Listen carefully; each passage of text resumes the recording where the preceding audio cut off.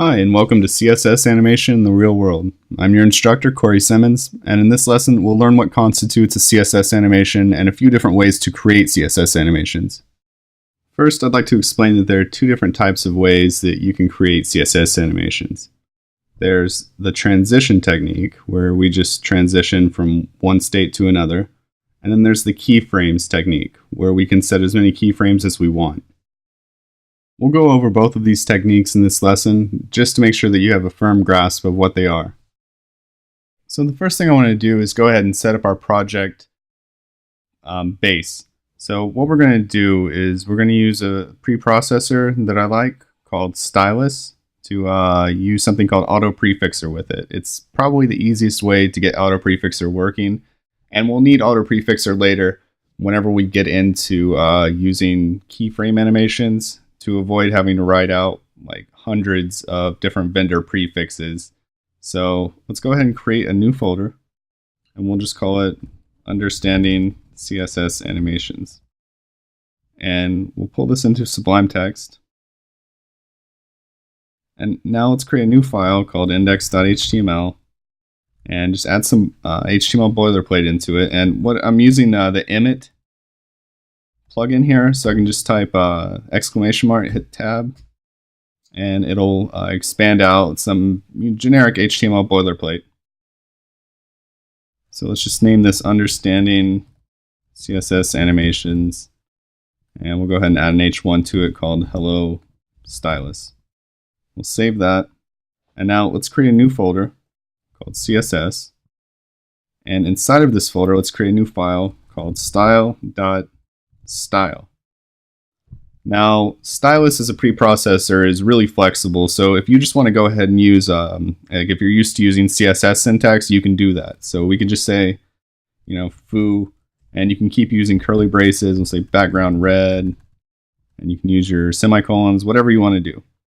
Or if you want to, or if you're familiar with Stylus or Sass's indentation syntax, then we can just get rid of these curly braces, and we can even get rid of the semicolon. We can get rid of the colon itself, but I kind of like it just to keep the property and the value separated.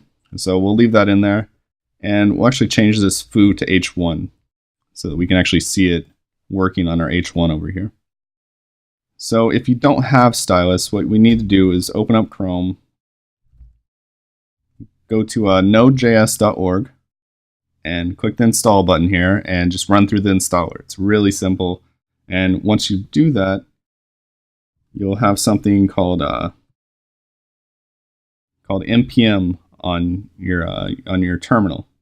So we'll open up terminal, type in npm, which is Node Package Manager, and we'll say install globally Stylus and Auto Prefixer Stylus, and hit enter. Okay, once we have that, we can cd into our desktop folder, and then into our Understanding CSS Animations folder. And once we're in there, we can cd into our CSS folder.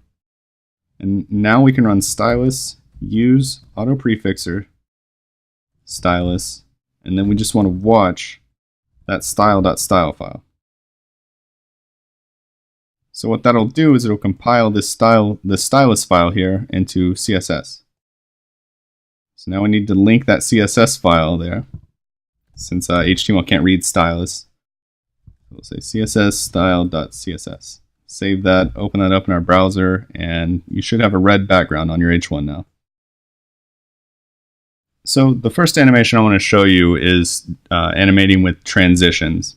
So we can take this hello animations H1, and we can say transition all 400 milliseconds ease, and we can then during the hover state we can change the background to blue.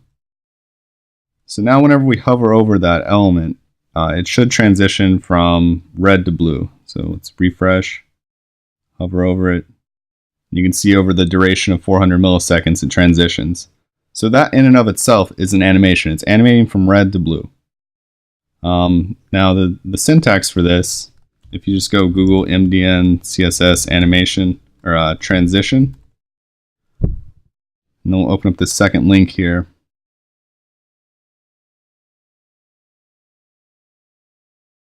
So the first parameter it takes is transition delay.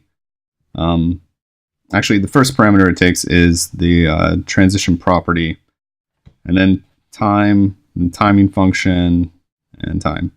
So the first parameter is transition property, which is all. The second parameter is transition duration, which we've set to 400 milliseconds. You can also specify it in seconds. And then the timing function, or the easing type that we want to use, we just used ease. So come back over here, and now let's make this block a little bit smaller. So we'll say display inline block. Actually, I think we can just say width 200 pixels. Save it, refresh. Okay, now. So now let's animate something else with it, so we can see what this all is actually doing. So we can animate either background, or we can animate other things, but we'll just say all. We'll say background blue, margin left, 300 pixels. So now if we save it and refresh and hover over it, it animates the margin left 300 pixels. Cool. So that's transition animation in a nutshell. It's really good for like hover states and various states that you can apply, or if you're just animating from one position to another position, it's great for that. It's not so great whenever you want to animate from, say we wanted this block to animate over there to the right some, and then down, and then left, and then back up. It can't really do that. So what we need to do is use keyframes. So if you're used to using Flash, or if you've used After Effects or anything like that has like a timeline where you can set different keyframes, it's very similar to that. Basically in CSS, you'd say like 0%. At the 0% timing marker, I want to have this block over there in the top left. At 25%, I want to put it in the top right. At 50%, I want to put it in the bottom right. And at 100 or at 75%, I want to put it in the bottom left. And at 100%, I want to start it back where it was. So let's go ahead and create that animation now. So we'll come down here, and if you notice, I use this ampersand here, which basically, if you're used to using CSS, it just means we're appending whatever this value is to the H1. So we're saying H1 hover, and then all of our properties and rules there. So we can do that again, and we'll come down here and just say keyframes, and this is how you create a keyframe animation. So we'll say slide around is the name of our keyframe animation. So here we'll say 0%. We want the margin left to be 0 and the margin top to be 0. And if you're using just pure CSS, you'd say keyframes slide around, and then curly braces 0%, curly braces 25%, curly braces, and you just keep doing that, and there'll be curly braces everywhere, but since we're using stylus, we can just dodge all those. So say 25%, margin left, and we'll say 50 pixels. And margin top, still 0. At 50%, we want the margin left to be 50 pixels again, and now we want the margin top to be 50 pixels. So right now it'll go from 0% over here in the top left, over 50 pixels, then down 50 pixels. And then if we just left it like this, it would just return back up to the top left, like in a diagonal shape. But let's go ahead and add 75%. We'll say margin left is now 0 to pull the block back over to the left. Margin top is still 50 pixels, so we can keep it down there with, on that bottom line. And now whenever we get to 100%, we want to say margin left is 0, or and the margin top is 0. So now if we save that, refresh and hover over, it's still not doing it. It's still doing the original animation. So that's because we have to specify this slide around animation up here. So let's go ahead and get rid of both of these. And we'll say animation slide around 3 seconds.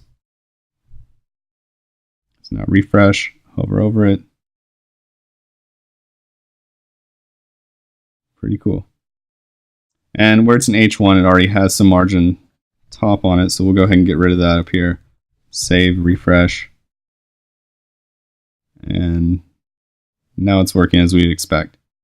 Now to make this keep going around, we can say infinite. Refresh, hover over it.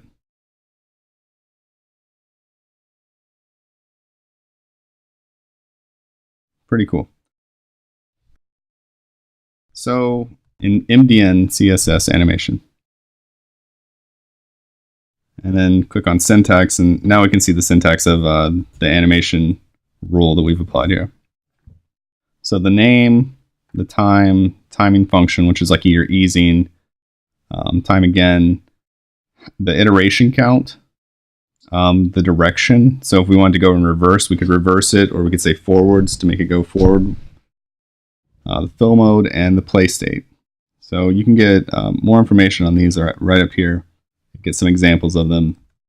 But usually we'll just use something like this, like slide around for 3 seconds, like the name of it, for how long it is, and if we want it to be infinite or if we don't want it to be infinite. So in this lesson, we learned the basics of CSS animation, 2 different techniques for making CSS animations. And in our next lesson, we'll learn about how to apply the transition technique to buttons. So stay tuned.